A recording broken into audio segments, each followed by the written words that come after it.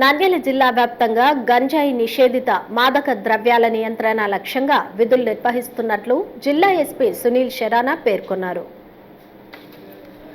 నంద్యాల జిల్లా వ్యాప్తంగా గంజాయి నిషేధిత మాదక ద్రవ్యాల నియంత్రణ లక్ష్యంగా పోలీసులు విధులు నిర్వహిస్తున్నట్లు జిల్లా ఎస్పీ సునీల్ శరానా పేర్కొన్నారు. ఇందులో భాగంగా నంద్యాల పట్టణంలో ఆపరేషన్ వజ్రప్రహార్ కార్యక్రమం నిర్వహించారు.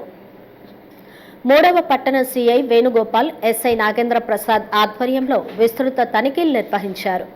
పట్టణంలోని రైల్వే స్టేషన్ పరిసర ప్రాంతాలు, గూడ్స్ షెడ్డు, బొగ్గులైన్ మొదలైన సమస్యాత్మక ప్రాంతాల్లో పోలీసులు తనిఖీలు నిర్వహించారు.